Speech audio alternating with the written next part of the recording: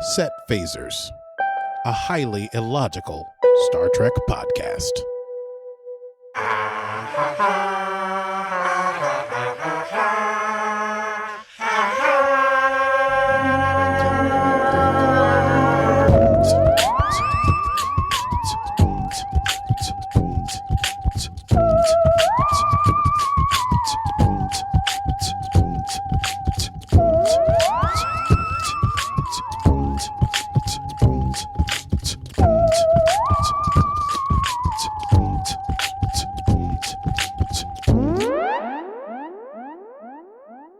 Well, hello, Akie.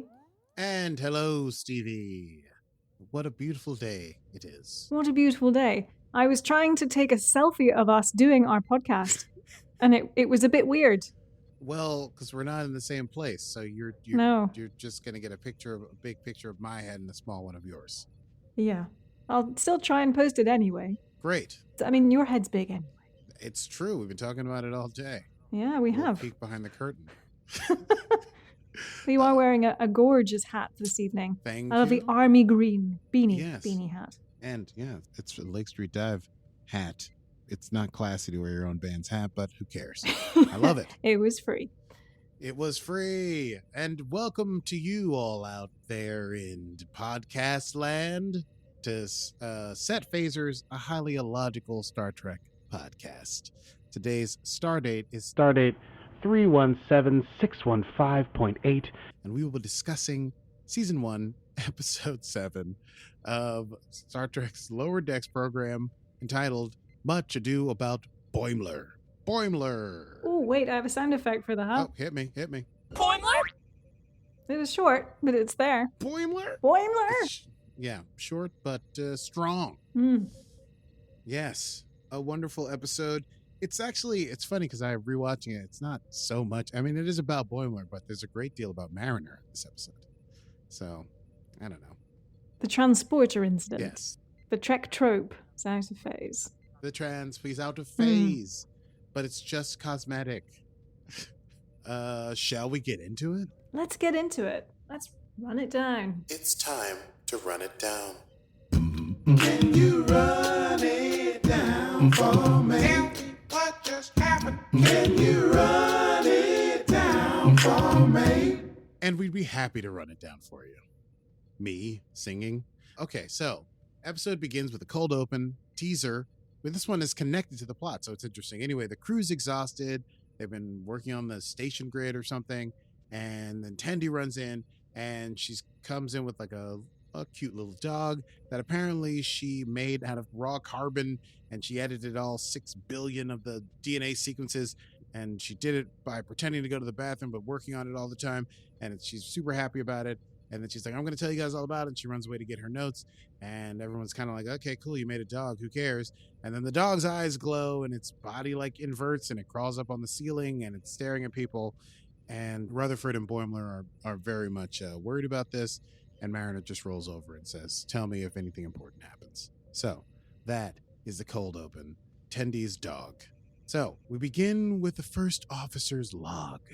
Ransom is saying that along with Freeman and Shaxs, they have to go on an elite secret covert mission to maybe plant some roulotte seeds, which I guess are a kind of seed. I don't know. I didn't Google that. Super secret mission to plant a seed. To maybe plant seed. To maybe plant a seed. They're training and they're all black, secret mission ninja Navy SEAL suits or whatever.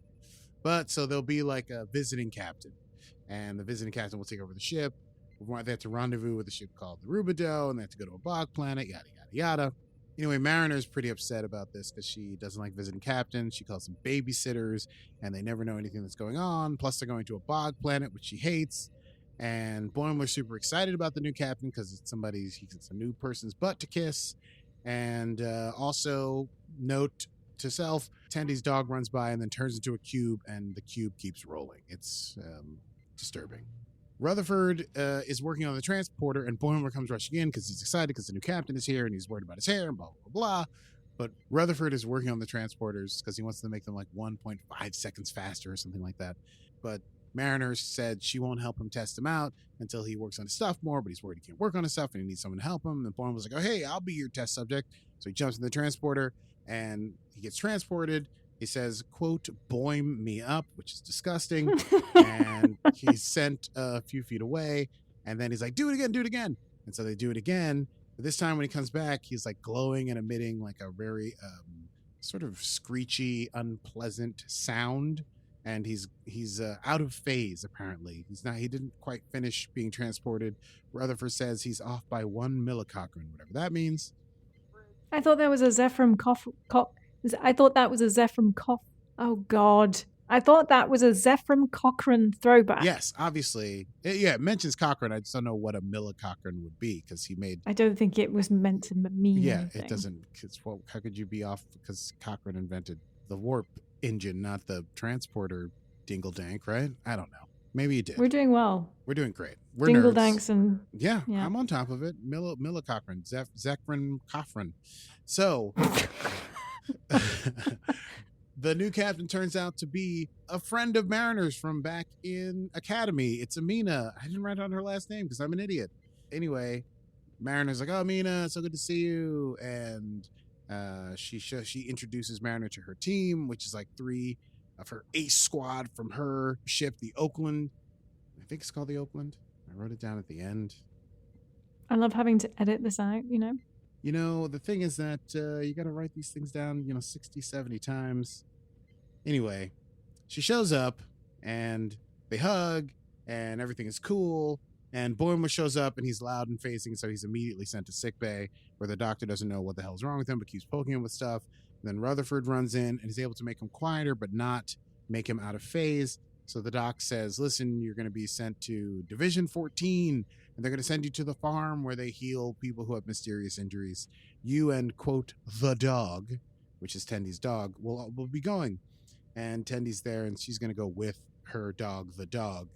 And always when she's looking away, the dog does something weird. In this instance, when she looks away, its entire head turns into a giant circular maw and 2 one-eyed bats fly out of its neck. That's disgusting as well. Almost as disgusting as Boimler up. So meanwhile, Amina's trying to make a captain's log about how they're going to the planet, but Mariner's playing with Amina's stuff and Amina wants all the hot gossip. But then she says what she really wants is Mariner by her side to help her not be a babysitter captain. And so she's like, while I'm here as a temporary captain, I want you to be my first officer. And Mariner accepts and they hug. However, Mariner looks concerned. A strange ship comes out of the void. It is the Division 14 medical specialist. He collects Boimler and the dog. He has 3 arms and he has a very evil laugh and a deep voice and a mask on. It's creepy.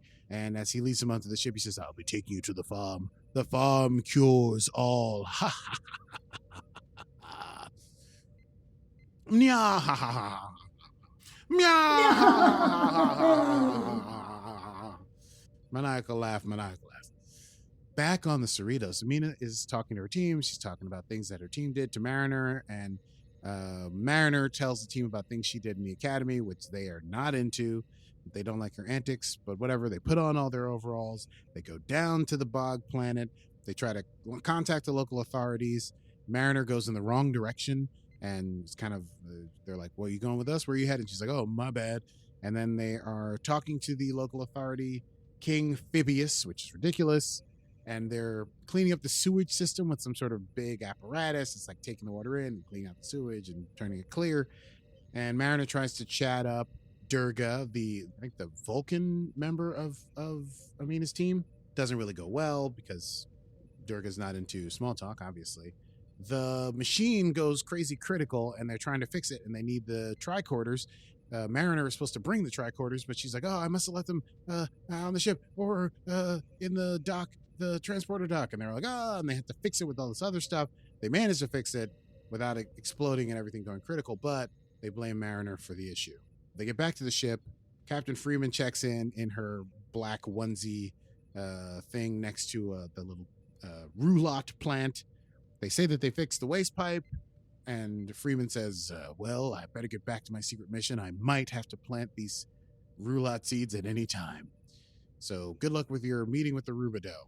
And so they're supposed to be waiting for the Rubidoux, which is late. Amina tells Mariner to do long distance scans, and Mariner hits the wrong button and causes an accidental red alert. Red alert! That was a bit louder than I planned, that one. As a red alert should be. As a read alert should be. Oh, deep cut. Deep cut. Deep cut. Enterprise. Faith of the Heart. Boimler and Tendi arrive on the ship, and they meet all the people, the former Starfleet officers who are all jacked up, and one's got like his head in his lap, and one has been turned into a slug maybe, and one had too much like radiation poisoning, is in one of those like body carrier things. And the main one they meet is a person who apparently got bitten by an alien horse, and half of his body is going through advanced aging and the other half of his body is going through like reverse aging. So he's like half an old man and half a young child, and his voice keeps changing. That's very creepy. Anyway, they all call themselves, quote, freaks, and they think that the ship is just where Starfleet hides its mistakes. No one's going to be cured. They just fly around on the ship forever. They're never going to be cured. This is just where they come to be hidden. Boim was like, we're going to go to this resort planet. And that's when the half old man, half young man says, you think the farm is real? This ship is the farm. Back on the Cerritos, the Rubido shows up. Its systems are offline. It's dead in the water. Amina assumes that they screwed up, and so she gets the away team together. It's her 3 people and Mariner, and they go on board to figure out what's going on.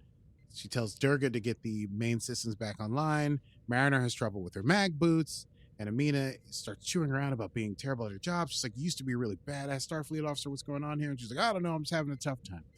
Meanwhile, on the farm, at shift change, the denizens of the farm decide to stage a mutiny. They're going to take over the ship. They say, tonight, the freaks fight back. And Boimler joins in them, cheering, yeah, the freaks fight back, the freaks fight back, the freaks fight back. And then it smash cut to him saying, the freaks fight back. That's exactly what they were saying. They're going to try to do a mutiny. He tells on them to the medical captain officer of the ship. And he's like, listen, I think the reason that we feel this way is because we don't have more information and we think we're stuck on the ship forever. The captain gets mad. He smashes the desk. He picks up a phase rifle and he runs out of his quarters. Meanwhile, on the Rubido, Amina, while chewing out Mariner, they find doors that have been manually closed. They open them up manually. They find the crew in there freaking out and crying, and the captains all of that ship, of the Rubido, is all freaked out. And they're like, you don't turn on the power. It's going to bring back the evil creature. And they're like, what creature? And the captain's like, we're inside of the evil creature. But as they try to calm back to Durga to tell Durga not to turn the power back on, Durga turns the power back on, and the ship starts going through ructions. Meanwhile, on the ship headed to the farm, Boimler is outed for his mutiny by the captain of the ship. Everyone is confined to quarters. The captain leaves, and all the, quote, freaks attack Boimler. So, on the Rubido, power is restored. The creature wakes up. It feeds on power. Finally, Mariner steps up. She starts getting people out. The captain of that ship, of the Rubido, is frantic and hysterical, so Mariner punches the captain in the face and knocks her out. She's like, pick her up. We got to get to the bridge because that's the only place where we'll be able to beam out, because they're unable to beam out because of the thing. And then Amina realizes that Mariner has been basically like throwing the job, like trying to screw up on purpose, because she doesn't want a job on the, I wrote the ship name here, on the Oakwood. How do you like me now? And we find out that Amina's like, hey, back in the academy, we all thought, Mariner, you were going to be the first one to get captain. You had the best grades. You always helped us stay on track and everything. And Mariner's like, I don't want to be captain. I don't want to be yelled at. I don't want to have to talk to crew. I just want to be a great ensign or whatever. And they agree that basically Amina will not try to invite Mariner to become part of senior crew on the Oakwood. And Mariner will step up and help save the crew of the Rubido from the weird snot space alien thing that feeds on the power of the ship. As a conclusion to the Boimler arc, Boimler runs away from everybody, hides in an airlock like a complete idiot. He stops glowing suddenly. He's like, I'm cured. And the denizens are like, great, you're cured. Enjoy your walk in space. And as they hit the button to send him out into space to his death, he rolls onto verdant green grass in a beautiful planet, looks like a Ryza, but like well built. And apparently the farm was real. And the captain of the ship comes out and says, oh, I'm sorry. I should have been more informative. I'm sorry I reacted that way to the mutiny. Next time we'll be more informative. Maybe we'll spruce the ship up so it looks a little nicer so that people don't freak out. Anyway, enjoy your time on this beautiful haven planet where you will be cured from your ailments. He does his creepy laugh, which apparently is just the way he laughs. He's a very nice fellow. He cares about his patients. Tendi has to say goodbye to the dog, and as she says goodbye to the dog talks back and thanks Tendi for creating it, and the dog starts to float, and it floats away, and Boimler comes over and says the dog can talk and float, and Tendi's like, yeah, and Boimler's like, dogs don't do that, and he's like, really? That's crazy. They don't shoot lightning either, and Boimler's like, no, and Tendi's like, oh, I see. And then just as unlikely, two very attractive Starfleet nurses are like, ooh, Boimler, and they're about to hang out with him. He gets cast out from the farm because he's no longer a freak. So he gets thrown on a ship with Tendi, and he has to go home. On the Rubidoux, Mariner manages to herd the crew onto the bridge. She saves one crew member from being sucked up into the space snot by grabbing its arms and getting her mag boots down on the ground, and Amina shoots it with a phaser, and they pull them in, but they're unable to get out of the bridge because there's interference, and they can't beam people up enough time, and the ship is starting to be crushed, so Mariner manages to calm through to Rutherford, and she's like, get that transporter improvement working. Rutherford's like, it doesn't quite work. She's like, get it working. So Rutherford runs. He goes down to his thing, and he manages to transport the entire crew back. They're all out of phase. At first they're like, why are we glowing, and why is it so loud in here? And he says, it's just cosmetic. And then they say, it's just cosmetic, and they all celebrate. The Rubidoux is destroyed by the space entity and turns into a giant glowing squid thing, which floats off into space. Boimler returns. Everyone's in the bar, the 10 forward of the Cerritos, if you will, and he immediately asks Rutherford to screw him up again so he can go back to the farm. Tendi meets a real dog that doesn't talk and just licks her on the face, and she's like, that's gross. Amina still offers the spot to Mariner, who says she still has things to figure out. Then Ransom comes over, having returned from his secret roulette seed mission. He hits on Amina, and she throws him over the bar to the ground. And Amina and Mariner walk off into the sunset, the virtual sunset. And that endeth the episode 7, season 1, Star Trek Lower Decks, entitled Much Ado About Boimler. About Boimler.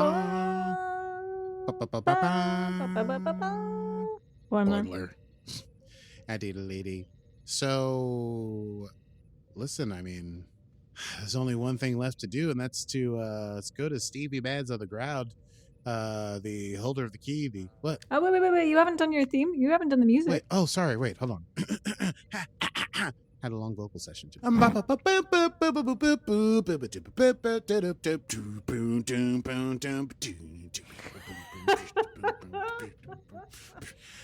I'm Akie Berbice. We go to Stevie Bads now live at the Easter egg desk. Stevie, tell us what you get about the episode 7 of season 1 of Star Trek Lower Decks. Well, hey there, Akie. As always, happy to be here. There were a number of Trek tropes and Easter eggs today. We would love to talk to you. Do you want to go with like 3 or 4? Because there's like 10. There's loads of them. Yeah. We'll just do a couple. It's like quotable moments. We just pick our favorites. Okay, so okay. So I had a little Voyager one there, and it was Amina was coming back on board, and like I think it was her Vulcan first officer said she's still an ensign, which I quite liked because I thought it was a bit of a throw to Voyager and Harry Kim. Oh, Harry Kim. Our little Harry Kim. Forever an ensign. Indeed. Wait, did he get a promotion in season 7? No, he never got a promotion Got a promotion. Boy, I think he probably died still an ensign. No, I'm kidding. Still an ensign in his late hundreds. I remember there was some sort of like flashback at the very end where like they were in the future and they were celebrating Voyager's return. I feel like at that point he would not have been an ensign. Might have been captain at that point. Was like a lieutenant. But, you know. Obviously this is a transporter phasing episode. Mm-hmm. And you may remember from TNG there was quite a fun episode with Geordi and Ro. Yes. Which I believe was called The Next Phase. And they were and they weren't visible to anybody else. They were almost sort of ghost-like. Oh, yeah. It was like they'd sort of died, and they thought they had died, really. I love that episode. Then they worked out that they hadn't. It was really good. Yeah. It was clever. An unlikely duo of that. I almost said Boimler. Geordi and Ro. Did you happen to notice the Gorn dolls in Captain Amina's quarters? I did. The Gorn doll, yeah. Because I was looking at everything else and going, ooh, what do we have in here? Right. And the only thing I thought I wasn't sure of was there was a sword. And I was like, ooh, is that maybe the Sulu sword? Oh. But I wasn't sure. Weird. Among her captain's trinkets. Yes, amongst her captain's trinkets. And probably one of my favorite ones was at the end when the alien sort of takes over the ship and it sort of turns into this giant jellyfish. It was like Encounter at Farpoint from TNG. That to me was just Yes. in your face. Yes, exactly. Well, the crystalline entity, right? No, the crystalline entity was the big thing that Lore became friends with, and the crystalline entity was like the thing that killed everything. Oh, right. That sucked. That's It right. was kind of like the big crystalline entity was like the big sort of crystal tree thing. Yes, that was like the big bad of that season. I remember. Okay, yes. But anyway, so this was the big space jellyfish, and then it like find a mate. Wasn't that the whole thing of the Encounter at Farpoint? Something like that. Yeah. That was what happened because like it was where there was like the Guardian that was taking hold of anyway, and then it released itself and it they found its mate, and that was all it was trying to do. Mm-hmm. And then Riker was able to come on board. Yeah, Akie, did you have any Easter eggs that you found exciting in that episode? Did you? No, I didn't have any great Easter eggs. I mean, I love the episode in general, obviously. Big fan of transporter accidents. I love the mysterious division that comes out of nowhere with the possible moral relativism that points at perhaps Starfleet's dark underbelly, but turns out to be an all right group of people. All those Easter eggs on the Division 14 ship, because those are like all the accidents that happen to people where they get turned half into bugs and stuff that get cured in TNG. Like, let's say they didn't, then they would end up on that ship headed to the farm. Yeah, that was quite a nice alternate thing that we never saw. Yeah, the advanced aging and reverse aging at the same time was very. Yeah. All right, well then, Akie, that's all I have for Easter eggs, so it's back to you in the studio. Thank you very much, and that wraps up our Easter egg count. Be sure to tune in to the show next time when we talk about more Easter eggs in another episode. Back to you, B. Okay, shall we go on to quotable moments? What am I doing? Oh, I don't know. Quotable moments. Quotable moments. So shall I go first, or do you want to go first? You probably got the best ones. Well, I have some good ones. I mean, my favorite one, I kind of put them in my rundown because I was typing it fast this time. But I really enjoyed, "Do not trouble yourself with the journey. The farm cures all." That. Oh, obviously, Boim Me Up made me want to throw up in my mouth. But at the very end, when Mariner's yelling at Rutherford to get things all together, she calls to Rutherford on the combat, and she says, "Rutherford, we need your transporter thing up and running now." And Rutherford responds, "It made Boimler weird." And Mariner says, "Boim us out of here." Anyway, I really liked that. That was so stupid. It's a very, very dumb thing. Oh, well, that really would have been an Easter egg thing. The time travel police. Yes, that was. And do you know what? There was one other thing that I missed there, and this was a real deep cut. So the D-14 specialist, our alien with 3 arms, I believe. Yes. That was something from the animated series from TOS. So he appeared in something there. Oh, snap. Yes. I think you're right. I haven't seen the animated series. Full disclosure, ladies and gentlemen. Take away my nerd card if you want. I've only seen it once. I only watched the DVDs in college. Like a loser. But I intend to watch it again, maybe. We should. It's on CBS. Why not? It's very, trippy. Well, we could get drunk one night and do it as a special thing. We could do that. All right. Now you're speaking my language. All right. What did you have? One of my favorites, I think, was Dr. Ta'ana. So when Boimler goes into sickbay, and he says, "What's wrong with me?" And she says, "How am I supposed to know? You look like a goddamn science project." Oh, I mean, Dr. Ta'ana is herself an Easter egg. She's like the honorary doctor. She's a bit like Dr. Pulaski. Yeah, she's got a Pulaski thing going on. Yeah, I bet she hates androids. Yeah, for sure. Oh, boy. Oh, there was one that was so fast. So when Amina and Mariner are chatting and they're catching up, Amina says to Mariner, "Have you seen Ransom's photon torpedo?" Oh, that was good. Oh my God, yeah, that was ridiculous. Yeah, and Mariner's like, "What? No, oh no." She might want to. Might she? But who hasn't seen Ransom's? That's true. All of the aliens in 10 Forward have all of the alien ladies. I mean, I don't know. He could swing always. I would assume most visiting dignitaries have seen Ransom's photon torpedo. Well, let's just move on to next time. Next time on Set Phasers. Next time on Set Phaser. Oh, no, that's my Easter egg voice. Next time on Set Phasers. Next time on Set Phasers, we'll be discussing Season 1, Episode 8 of Star Trek Lower Decks, entitled Veritas, the Latin word for truth. It should be a very exciting episode. No spoilers. Everyone dies. I'm kidding. That doesn't happen. And yes, so we hope that you will join us then. Thank you for joining us today for this program. If you enjoyed it, you can go back and catch some old episodes of our podcast on our feed, or you can catch it new every Monday, wherever podcasts come from. We will keep bringing you fresh, hot, out the kitchen Star Trek content. Trek tropes, Trek tropes. content, Trek stuff, Trek lore. All of the Trek Trek things, we will bring it to you. We, in fact, fully plan on doing all of the Trek that's out there at some point. I mean, Indeed. we have time. There is Apparently always time. We're going to get drunk and watch Yeah. the original series animated series. That's exactly what we're going to do. And if, in the meantime, if you fancy heading over to our social media, you can do that. We are at Set Phasers and at Set Phasers Podcast on the Facebook and the Instagram. Meme Game Strong. Hashtag Meme Game Strong. Meme Game Strong. And if you want to support our continuing mission, not satisfied simply to sit there as you are now and enjoy our mellifluous voices, then please support us discovering what else Star Trek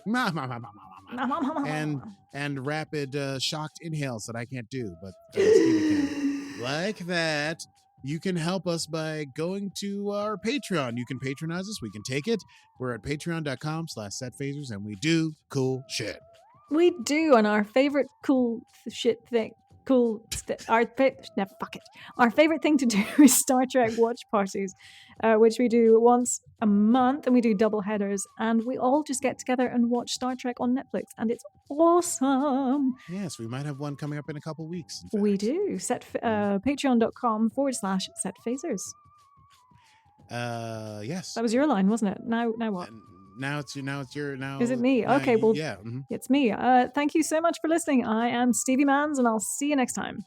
And I'm Akie Vermees, and this has been Set Phasers, a highly illogical Star Trek podcast.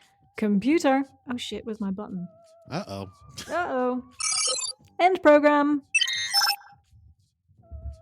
Oh fuck.